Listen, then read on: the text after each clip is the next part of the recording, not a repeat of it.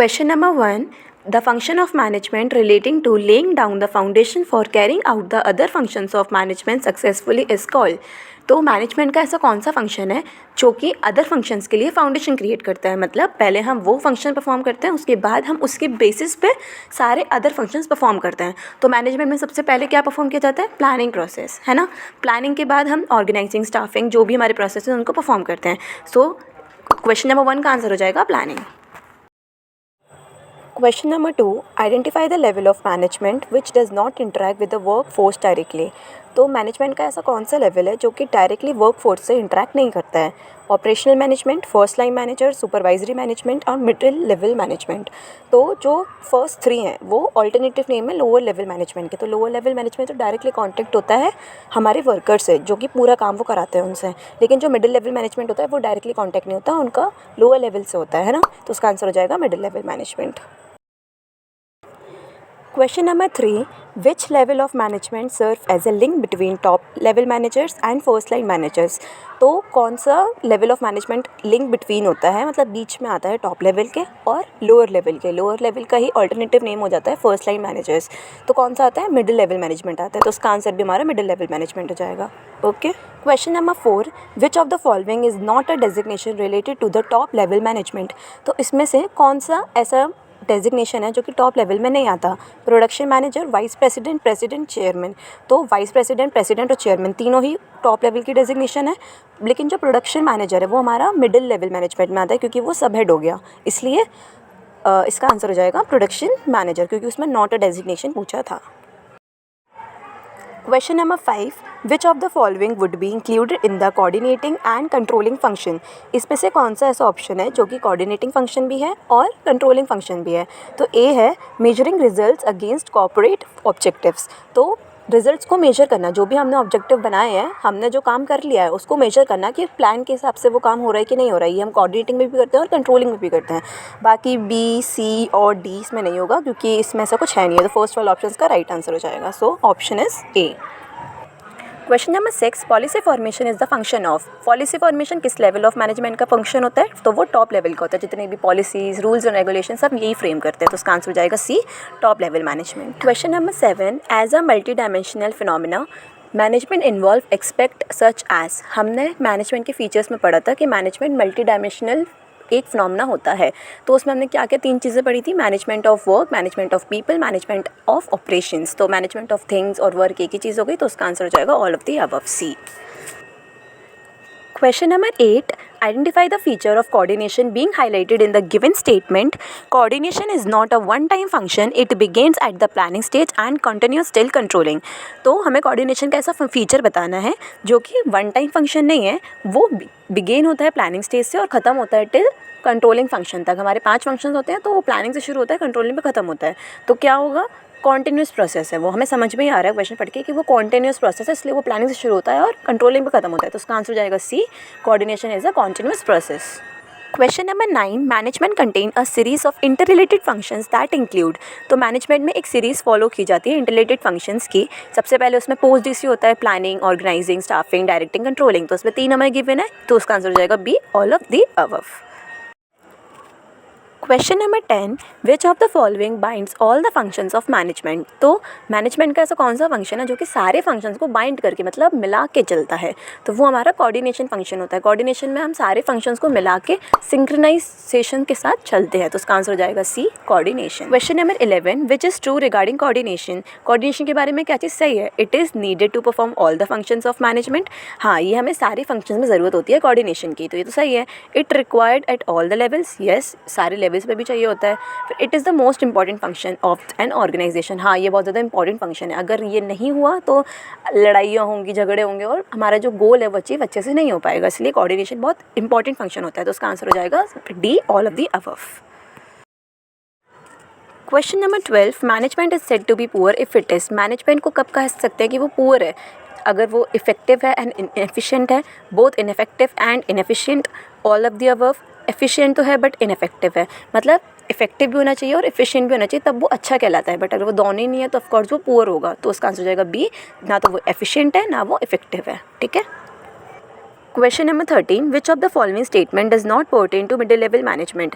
तो इसमें से कौन सा स्टेटमेंट है जो कि मिडिल लेवल मैनेजमेंट परफॉर्म नहीं करता है। तो A, they are responsible for the activities of the operational managers. हाँ, वो सारे लोअर लेवल मैनेजर जो भी एक्टिविटीज़ परफॉर्म करते हैं उनके लिए वो रिस्पॉन्सिबल होते हैं। B, they are responsible for the welfare and survival. नहीं, ये काम उनका नहीं होता, ये काम टॉप लेवल का होता है।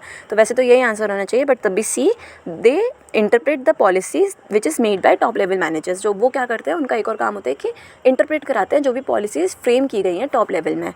ठीक है, उसके बाद D, cooperate with other departments for the smooth running of the organization. ये काम भी उनका होता है ताकि अच्छे से स्मूथ रनिंग हो पाए उनके ऑर्गेनाइजेशन की। कोऑपरेट करते हैं वो सारे डिपार्टमेंट्स हैं, तो उसका आंसर बी हो जाएगा। Question number 14, keep in view the changes in the consumer demand and preference. Test maker bakery has reduced the sugar and fat content in its product. This approach of business shows that management is. तो consumer की demand और preference के हिसाब से जो test maker bakery थी, उन्होंने क्या किया, अपने प्रोडक्ट में से शुगर और फैट कंटेंट कम कर दिया। तो ये क्या मतलब कौन सा फंक्शन ऑफ मैनेजमेंट हमें बता रहे हैं। तो एक डायनेमिक फंक्शन है, एक मल्टी डायमेंशनल एक्टिविटी है, एक ग्रुप एक्टिविटी और इंटेंजिबल फोर्स है। तो ये एक डायनेमिक फंक्शन है। हमने डायनेमिक फंक्शन में पढ़ा था कि जो लोगों के हिसाब से जो चीज़ें चेंज होती हैं उसके हिसाब से अपने आप को चेंज करना। तो लोगों में क्या चेंज हो रहा था, डिमांड ऑफ प्रेफरेंस चेंज हो रही थी। लोग कम चीनी का और कम फैटी फूड लेना ज़्यादा पसंद कर रहे थे, तो उन्होंने उसके हिसाब से अपना प्रोडक्ट को चेंज किया। तो उसका आंसर हो जाएगा A, a dynamic function. Question number 15, which of the following is not a designation related to lower level management. तो लोअर लेवल मैनेजमेंट में कौन सी डेजिग्नेशन नहीं आती है। तो plant superintendent, supervisor, section officer, ये तीनों तो होते ही हैं लोअर लेवल में, लेकिन मार्केटिंग मैनेजर वो हमारा मिडिल लेवल में आता है। तो उसका आंसर हो जाएगा डी, मार्केटिंग मैनेजर, क्योंकि वो मिडिल लेवल मैनेजमेंट की डेजिग्नेशन होती है। Okay. Question number 16, people in the organization carry out divert task with the aim to achieve. जो ऑर्गेनाइजेशन में जो लोग होते हैं वो अलग अलग टास्क को परफॉर्म करते हैं अचीव करने के लिए, किस एम के साथ, both of the above, common objective, none of the above, different objective. तो उसका आंसर हो जाएगा बी, कॉमन ऑब्जेक्टिव, क्योंकि लोगों के भी अपने ऑब्जेक्टिव होते हैं और ऑर्गेनाइजेशन के तो होते ही हैं, है ना। तो वो खुद के भी गोल उनके अचीव हो पाए, जो उनके पर्सनल गोल्स हैं, है ना, और जो ऑर्गेनाइजेशन के हैं वो भी अचीव हो पाए, तो इसलिए उनका कॉमन ऑब्जेक्टिव होता है। उसका आंसर हो जाएगा B. Question number 17, which of the following is a function of top level management. तो इसमें से कौन सा फंक्शन है जो कि टॉप लेवल मैनेजमेंट परफॉर्म करता है। इंश्योरिंग क्वालिटी ऑफ आउटपुट, नहीं, ये तो लोअर लेवल का होता है। Assigning necessary duties and responsibility to their department, middle level का काम होता है। Taking responsibilities for all the activities of the business and its impacts on the society, हाँ, ये एक काम होता है जो कि टॉप लेवल करता है। क्या करता है वो, सारी रिस्पॉन्सिबिलिटीज़ लेना, उसके ऊपर ही होती है सारी रिस्पॉन्सिबिलिटीज़ बिजनेस की, और जो वो काम कर रहे हैं उसका सोसाइटी पे क्या इम्पैक्ट पड़ेगा उसकी। ठीक है। Question number 18, how many dimensions are there in management. तो मैनेजमेंट में कितने डायमेंशंस होते हैं, हमने पढ़ा था मल्टी डायमेंशनल होता है फीचर्स में। तो कितने होते हैं, 3 होते हैं, management of work, management of people, management of operations. तो उसका आंसर हो जाएगा A, 3। Question number 19, management is always donated by we and not by I, because management हमेशा ये कहता है कि ये काम हम सब ने मिलकर किया है। वी मतलब हम सब ने मिलकर किया है, नॉट बाय इंडिविजुअल, किसी एक इंसान तो देखो वैसे भी नहीं कर सकता, पूरा मैनेज नहीं कर सकता, वो उसकी तो वैसे नहीं हो पाएगा। इसलिए मैनेजमेंट कहता है कि हम सब ने मिलकर किया, हमने अकेले ने ये काम नहीं किया। तो ऐसा कौन से फीचर में कहा गया है, इट इज़ अ प्रोसेस, नहीं, इट इज़ कॉन्टिन्यूस, हाँ भाई वो चलता रहता है, बट इसमें ये बात नहीं कही गई है। फिर इट इज़ ग्रुप एक्टिविटी, या it is a group activity, क्योंकि ग्रुप में सारे लोगों ने मिलजुल कर काम किया, इसलिए वो आई को हटा के वी को लगाते हैं। ठीक है। इट इज़ इंटेंजिबल, हाँ वो भी एक फीचर है, लेकिन ये ग्रुप एक्टिविटी है, वी को लेके आना है, आई को रिमूव करना है। तो उसका आंसर हो जाएगा C, it is a group activity. Question number 20, all the businessmen prefer their children to do MBA and then join business. This is related to, तो आज हर बिजनेसमैन अपने बच्चे को यही प्रेफर करता है कि पहले तुम MBA करो, उसके बाद कोई बिज़नेस ज्वाइन करो। तो ये कौन से कॉन्सेप्ट से रिलेट कर रहा है, मैनेजमेंट एज साइंस, नहीं, मैनेजमेंट एज साइंस में तो उसमें सब कुछ एक्सपेरिमेंटेशन और ऑब्जर्वेशन के हिसाब से चलता है, तो ये नहीं होगा। फिर मैनेजमेंट एज एन आर्ट, इसमें बेस्ड ऑन क्रिएटिविटी प्रैक्टिस है, तो ये भी नहीं होगा, क्योंकि इसमें कुछ प्रोफेशन की बात ही नहीं हो रही है। मतलब इसमें MBA तो एक डिग्री हो गई ना बेसिकली, जैसे डॉक्टर के लिए MBBS करना पड़ता है, तो उस हिसाब से MBA भी एक डिग्री हो गई। तो ये डिग्री वाली बात हमारी प्रोफेशन में आती है, तो हम सीधा जंप कर जाएंगे अपने डी ऑप्शन पे, मैनेजमेंट एज अ प्रोफेशन। तो मैनेजमेंट एज अ प्रोफेशन का आंसर होगा, क्योंकि अगर मुझे लॉयर भी करना है या मुझे कुछ भी करना है, पहले मुझे कोई डिग्री लेनी पड़ेगी। वैसे हाँ, अभी भी हर जगह MBBS नहीं, MBA नहीं मांगते हैं मैनेजर की जॉब के लिए, बट स्टिल कहीं कहीं माना जाता है। तो प्रेफर यही किया जाता है कि आप पहले MBA करो, फिर आप ज्वाइन बिजनेस करो कोई भी, है ना। तो उसका ऑप्शन हो जाएगा D, management as a profession.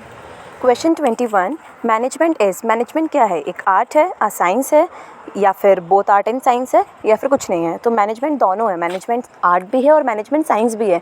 Art तो वो पूरी है, उसके तीनों ही फीचर आते हैं मैनेजमेंट में, और साइंस के भी दो तो आते ही हैं, इसलिए सोशल साइंस कहते हैं और इनएग्जैक्ट साइंस कहते हैं। तो मैनेजमेंट हमारा साइंस भी है और आर्ट भी है।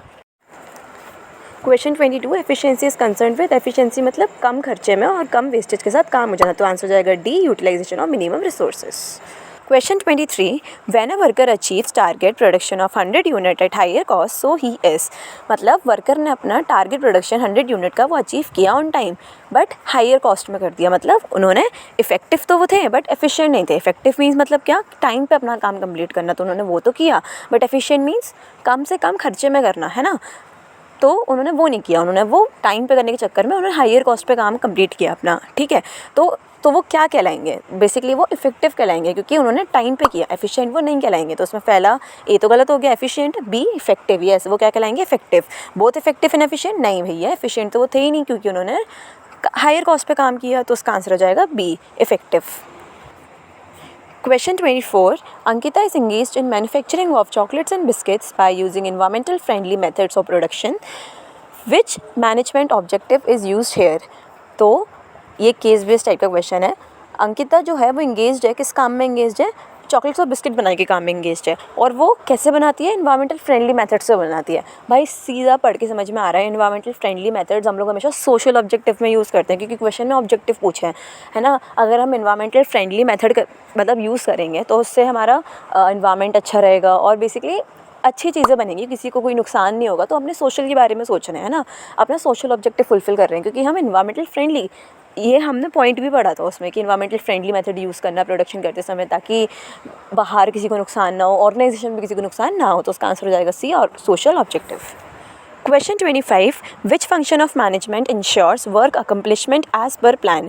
तो हमने मैनेजमेंट के कौन से फंक्शन में पढ़ा था कि जो वर्क है वो एज पर प्लान चल रहा है कि नहीं चल रहा है? तो हमने कंट्रोलिंग फंक्शन पढ़ा था, ठीक है। हमने कंट्रोलिंग फंक्शन में यही पढ़ा था कि हमने जो भी सारे काम कर लिए हैं, वो हमने जो प्लान बनाया था वो उसके अकॉर्डिंग हुए भी हैं कि नहीं हुए। अगर हुए हैं तो वेल एंड गुड है, आगे बढ़ जाओ। नहीं हुए हैं तो कुछ डेविएशंस निकलेंगे, कुछ गलतियाँ निकलेंगी, उसको सुधारना पड़ता है। तो हम किस फंक्शन में करते हैं? ये सारा काम हम कंट्रोलिंग फंक्शन में करते हैं। उसमें हमारा काम होता है कि हमें चेक करना है कि एज पर प्लान हमारे काम चल रहे हैं कि नहीं चल रहे हैं। तो उसका आंसर हो जाएगा C, controlling. Question 26, the main task of this level of management is to determine the overall organisational objective and strategies for the realisation. तो मतलब कौन से लेवल का काम होता है सारी ऑब्जेक्टिव, सारी स्ट्रैटेजीज बनाना? तो ऑफकोर्स टॉप लेवल का काम होता है। टॉप लेवल सारे ऑब्जेक्टिव, स्ट्रैटेजी, जितनी भी रूल्स एंड रेगुलेशन सब यही फ्रेम करते हैं, फिर उसको आगे फर्दर मिडिल लेवल को भेजते हैं, मिडिल लेवल लोअर लेवल को भेजता है, ऐसे चलते रहते हैं पूरे ऑर्गेनाइजेशन में काम। तो उसका आंसर हो जाएगा 4, top level management.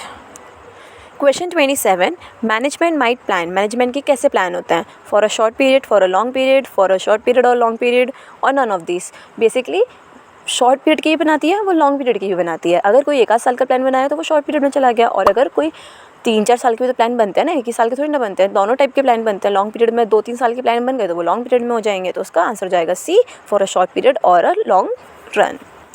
Question 28, successful organization do not achieve goals by chance but by following deliberate process known as। Successful organisation ऐसे ही नहीं बनती है कि आप कुछ भी फॉलो कर रहे हो, वो एक प्रॉपर डेलिब्रेट प्रोसेस फॉलो करना पड़ता है, तब जाके आपकी कोई ऑर्गेनाइजेशन सक्सेसफुल बनती है। तो वो डेलिब्रेट प्रोसेस क्या होता है? वो मैनेजमेंट होता है, क्योंकि मैनेजमेंट के अंदर अपने ही 5 फंक्शंस होते हैं, प्लानिंग, ऑर्गेनाइजिंग, सब, ठीक है। तो वो जब आप अच्छे से परफॉर्म करोगे, अच्छे से आप उनको फॉलो करोगे, तब जाके आपकी जो कंपनी है, आपका ऑर्गेनाइजेशन है, वो सक्सेसफुल बनती है। तो वो एक डेलिब्रेटेड प्रोसेस कौन सा होता है? मैनेजमेंट। तो उसका आंसर हो जाएगा 4, management. Question 29, coordination is considered to be the essence of management because. Coordination को हम एसेंस ऑफ मैनेजमेंट क्यों कहते हैं? क्योंकि it is a common thread that runs through all the activities within the organisation. मतलब ये जितनी भी अलग अलग डिपार्टमेंट्स हैं, ग्रुप्स हैं, उनकी एक्टिविटीज़ को इंटीग्रेट करता है और कॉमन गोल की तरफ, ऑर्गेनाइजेशन के गोल की तरफ लेके जाता है। हाँ, it is implicit and inherent in all the functions of the organisation. हाँ, ये कोई अलग फंक्शन नहीं होता कोऑर्डिनेशन, ये सारे फंक्शंस के साथ किया जाता है, ताकि कोई भी काम में कॉन्फ्लिक्ट ना हो, कोई भी काम डबल मतलब दोबारा ना हो जाए, इसलिए। Third, it is a force that binds all the, हमने डेफिनेशन में ही पढ़ा था कि एक फोर्स होता है जो कि सारे फंक्शंस को बाइंड, जोड़ के रखता है, इसलिए इसका आंसर हो जाएगा D, all of the above. Question 30, Coordination is dash because it requires at all the levels to perform different function and organization for achievement of common goal.